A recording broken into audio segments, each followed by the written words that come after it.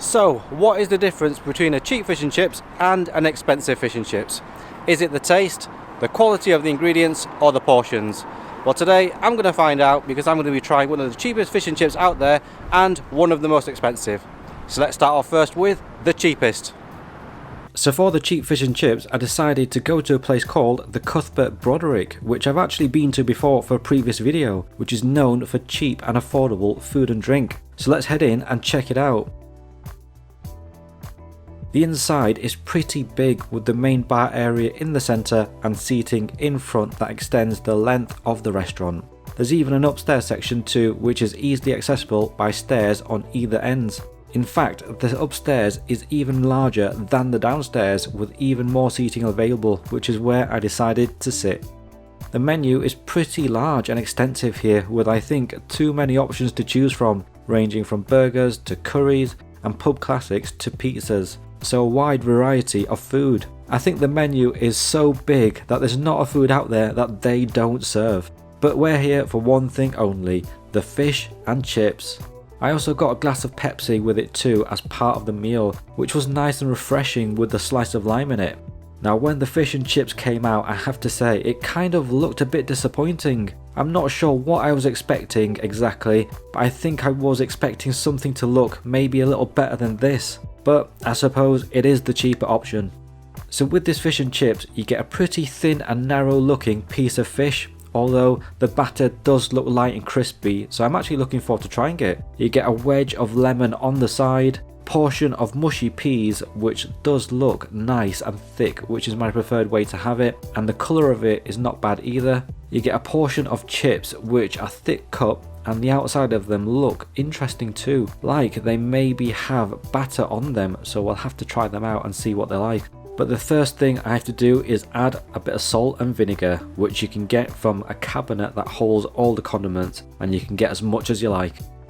I'm going to start off here by trying some of the chips, and they look pretty good. They're nice and thick ones, and as I said before, look like they might have some batter on the outside, or they've been twice or triple cooked, as the outside seems extra crispy. But let's go for a taste and see what these are like.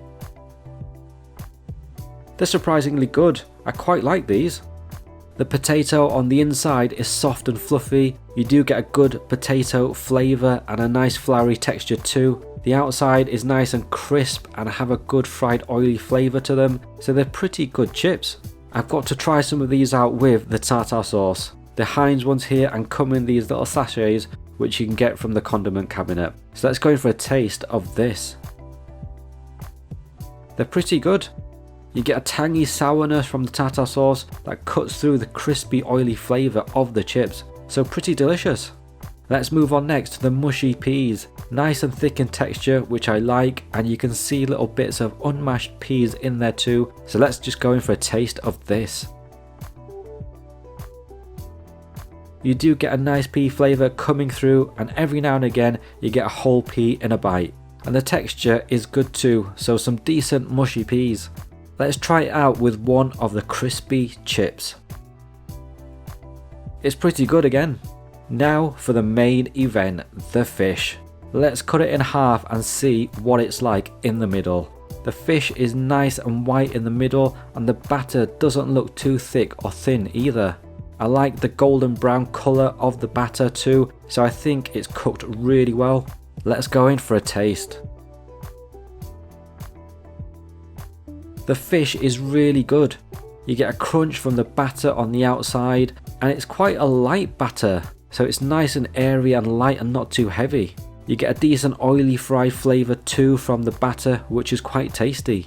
The fish on the inside is soft and succulent and moist. It's not dry at all. You get the flavour of the fish coming through, and it tastes like they're using haddock. You can see the flakes of fish and how white they are, so pretty fresh. And they do flake apart when you bite into it. I've got to get a combo bite here with everything on it. So let's cut off a bit of the fish with the crispy batter. Let's get a chip with its crispy outside too. And let's get some of the thick mushy peas and put it all on one bite. Let's not forget the tartar sauce as well. Now this is a bite of food. It goes together so well. You get the crispy batters of the fish and chips, you get the soft pea flavour from the mushy peas, and the tangy sourness from the tartar sauce that cuts through it. Really delicious. So that was a decent fish and chips in there. A lot better than I initially thought it was going to be. I quite liked it. So the total cost of that meal was £7.74. Let's move on next to the expensive place. So for the expensive fish and chips, I decided to go to a place known simply as The Restaurant Bar and Grill. Now from the outside it looks pretty fancy, and if a restaurant is good enough to not have a proper name, then it must be good, right? Well, let's head in and find out. Okay, so the inside is definitely fancy, from the decor to the tables and even the people. It's open plan with huge columns going up to the ceiling and big lamps hanging down to the tables from them. There's a big bar area where you can order drinks and just sit at if you're not eating and just want to relax and enjoy the atmosphere. They have one of the biggest alcohol display cabinets I've ever seen, with bottles of champagne and wine in there. I dread to think how much they each cost, but I assume they're not within my budget for today.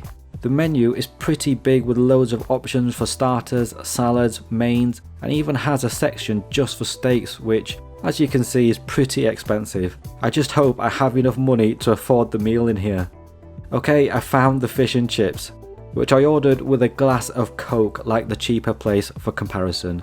And it was just as good, with a refreshing bit of lime in it. So the fish and chips came out looking, well, pretty fancy, but it did look good. You got the same items as the cheaper place, but all taken up a notch. So with this meal you get a huge piece of fish with a really nice golden brown looking batter on it that looks delicious, a tub of mushy peas on the side, which actually looks a bit on the runny side to me, so I'll have to taste that and see what it's like, a tub of tartar sauce, which I'm guessing is freshly made and not from a sachet like the cheaper place, a pot of chips, which I would say are more fries than chips, and a wedge of lemon, which is in its own little netting to stop the seeds getting into the food. Let's start off by putting a bit of salt on everything, and I think I'm going to go for the lemon here and squeeze it over the fish and chips to test out the netting they have on it, and it works pretty well. Let's go in for one of the chips first. So they're fried skin on here and they do look pretty good. They feel crispy on the outside and I like the colour of them too, so let's see how they taste. They were really nice.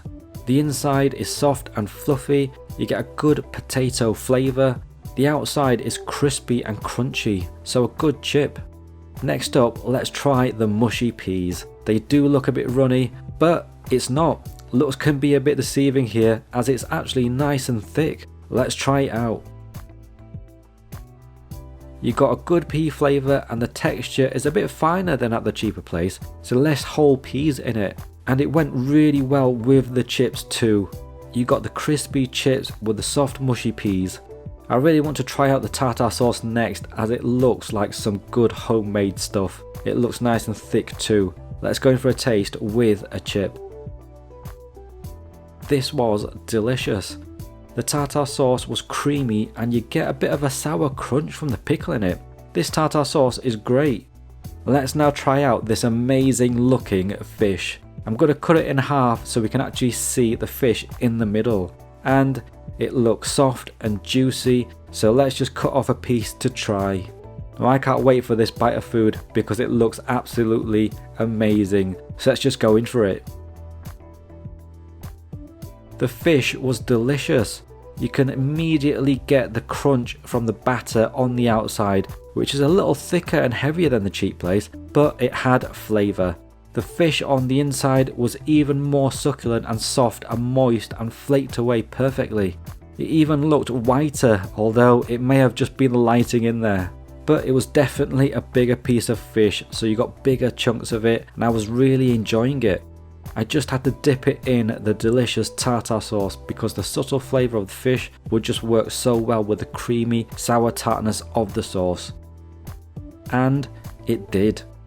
So now for the ultimate bite, everything together. How good does this look? I can't wait to eat it. What a great meal. That was a great fish and chips in there. I particularly liked the fish and the tartar sauce. Really delicious. So the total cost of that meal was £21.25. So which was the better fish and chips? Comment down below which one you preferred. I think for me it has to be the more expensive one. I think the fish was just a little bit more succulent, but bear in mind it does cost about 3 times as much as the cheaper place. Okay, if you like fish and chips, click on the thumbs up icon below and click on subscribe to come along for the next food journey, and I'll see you in the next one.